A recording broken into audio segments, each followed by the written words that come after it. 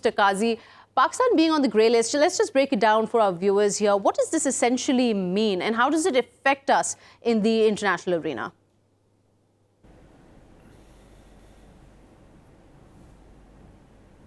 Well, being on the grey list means that the international community or the countries which are part of FATF do not believe that Pakistan exercises adequate control over counter-terrorism financing and anti-money laundering. And this is a very technical program they have, which they have developed. And FATF itself is an international watchdog established under UN resolutions.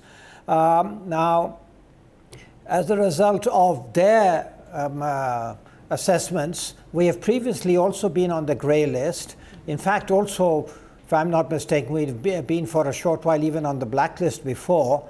But this time, since January of 2018, we've been on the grey list, which means that there are specific areas in which they feel that Pakistan's actions have not been sufficient or have not been even properly implemented. And as you quite rightly said, there have been reviews of Pakistan's implementation of action plans, which have been agreed to in January and then in May.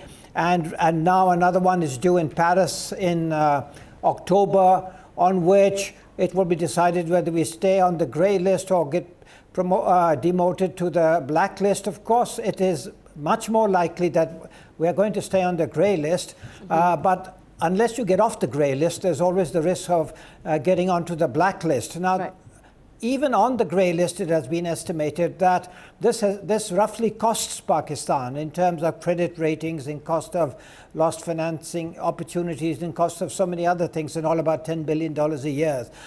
If you were to get onto the blacklist, it would be much more. It would completely undermine the IMF package. And of course, it would play into India's hands, because India claims that as long as Pakistan is involved in terrorist activity, it can't have dialogue. So India is certainly, and they have a presence inside FATF, but the fact of the matter is that Pakistan needs the support of at least 3 countries, and at the last time when the meeting was held, and these were due to some technical reasons and all, which we need to be very well aware of.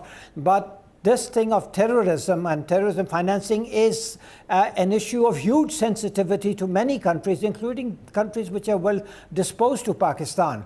So it is really, it is correct that to some extent FATF is politicized. To some extent it is influenced by not only India but by the US and others. But that doesn't really matter. Under international law, under the Security Council resolutions, under the FATF procedures, you are bound to take actions. And the last time I heard it was, on 10 issues, 27 points.